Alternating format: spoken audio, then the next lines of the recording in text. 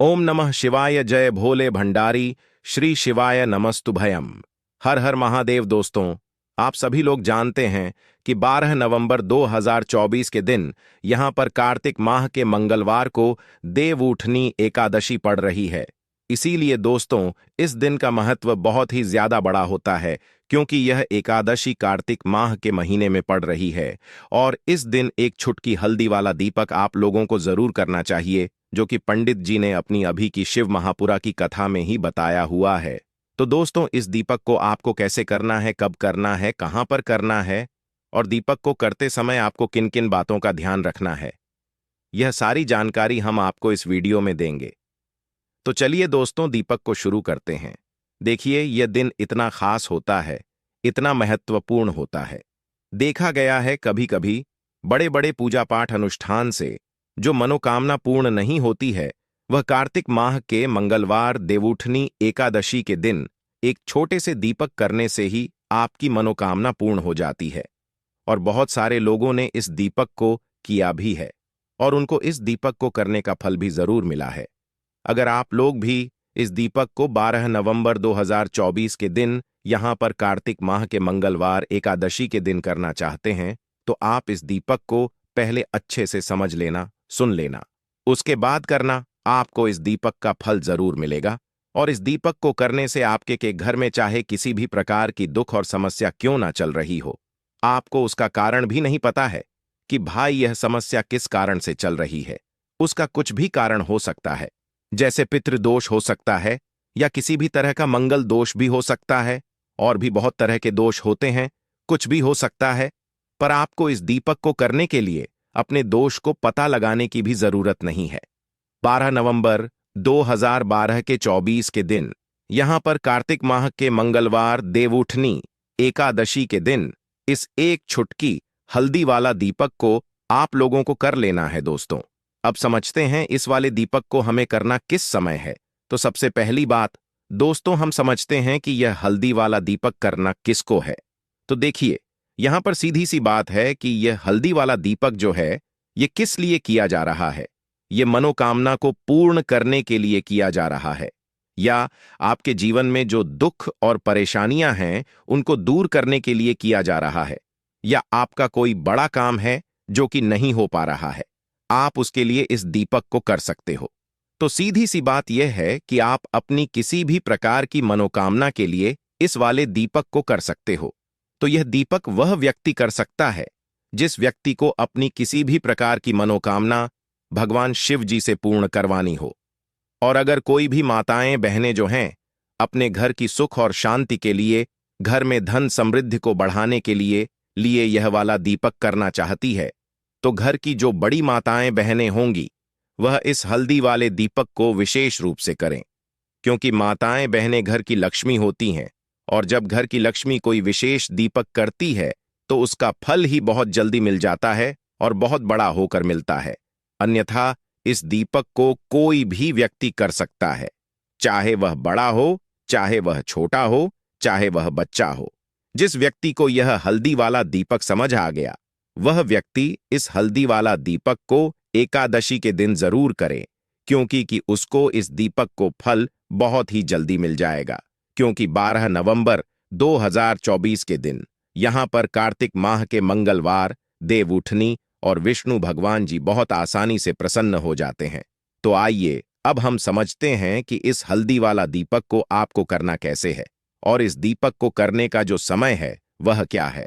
तो देखिए, इस कार्तिक माह के मंगलवार के दिन किए जाने वाले यह एक छुटकी हल्दी वाला दीपक जो दीपक है, यह मुख्य रूप से सुबह के समय होगा। किस समय होगा? सुबह के समय होगा। आपको कोशिश यही करनी है कि सुबह के समय हम इस हल्दी वाला दीपक को कर ले।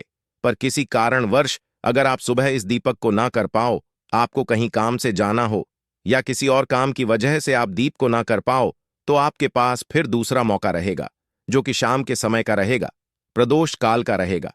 अब भाई, प्रदोष काल का समय भी बहुत ही लोगों के मन में प्रश्न बन जाता है कि भाई यह समय होता कब है, कितने बजे से लेकर कितने बजे यह समय होता है, ताकि हमें दीपक के लिए जो है करने का समय पता लग जाए।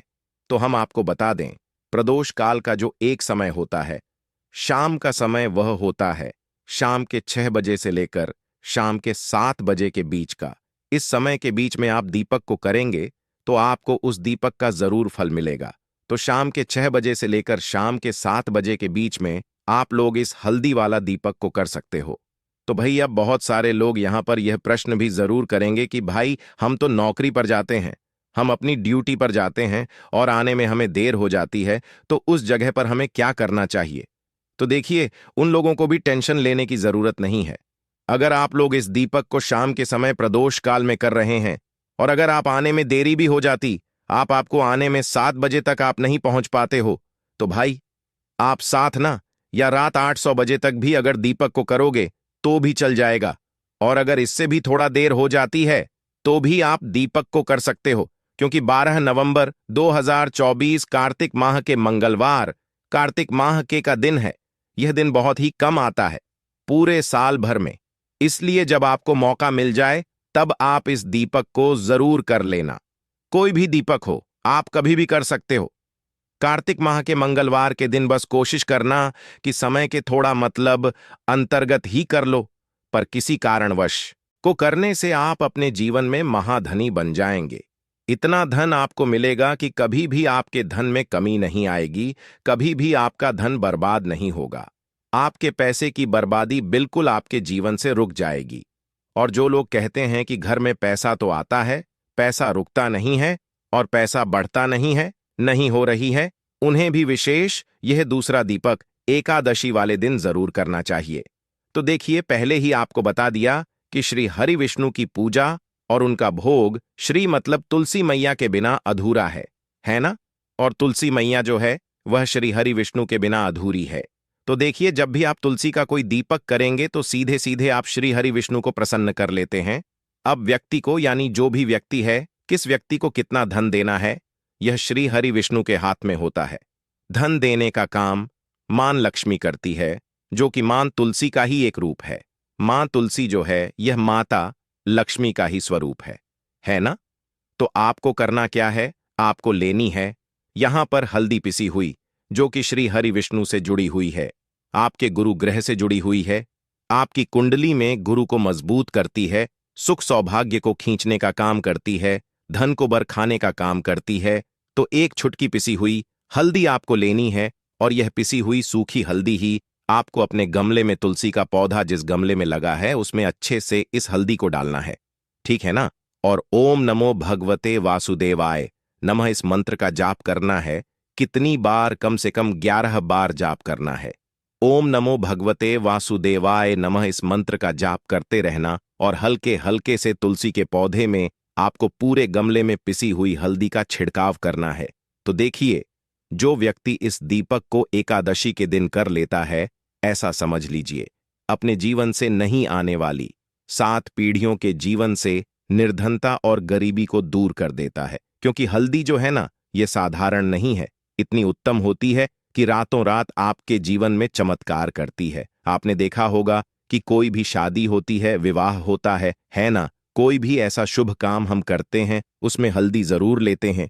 गृह प्रवेश जब हम करते हैं तो हल्दी के स्वस्तिक का निर्माण करते हैं। कोई भी अच्छा काम करने जा रहे हैं, हल्दी उसमें लेते हैं। और हल्दी जो है यह आपके गुरु गृह को मजबूत कर देती है। अगर कुंडली में गुरु कहीं ना कहीं मजबूत है तो इससे उत्तम दीपक आपको ऐसा समझिए एकादशी का मिलेगा नहीं। बहुत ही उत्तम दीपक है। तुलसी के गमले में एक छुटकी पिसी हुई हल्दी डालना है तो यह बहुत ही उत्तम दीपक है। इस दीपक को आप जरूर करें एकादशी वाले दिन, और साल का सबसे बड़ा यह दिन है। तो इस दीपक को करने से श्री हरि विष्णु आपसे न केवल प्रसन्न होते हैं, आपसे इतना प्रसन्न हो जाते हैं कि जीवन में कभी आपके गरीबी और निर्धनता को नहीं आने देते हैं। तो चलिए अब बात कर लेते हैं अपने तीसरे दीपक की, जो कि मुख्य द्वार से जुड़ा हुआ है। और यह दीपक है स्थिर लक्ष्मी के वास के लिए। ऐसा पैसा आपके घर में आएगा जो आपके घर में ही रुकेगा। ऐसा पैसा कभी आपके घर में नहीं आएगा जो आपके घर से जाएगा और शेष करर फिजूल खर्ची में जाएगा। अब आधे से ज्यादा लोगों की यही समस्या होती है कि घर में पैसा तो आता है लेकिन बहुत जल्दी घर से चला जाता है या फिर फिजूल खर्ची में चला जाता है।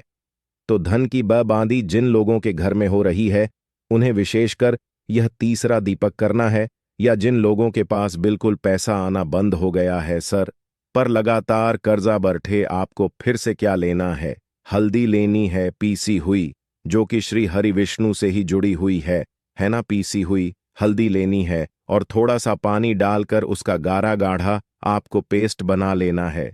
अब इसी हल्दी से आपको अपने घर में स्वास्तिक बनाने हैं। कितने स्वास्थ्य? एक स्वास्तिक आपको बनाना है अपनी तिजोरी पर, जिसमें आप पैसा रखते हैं।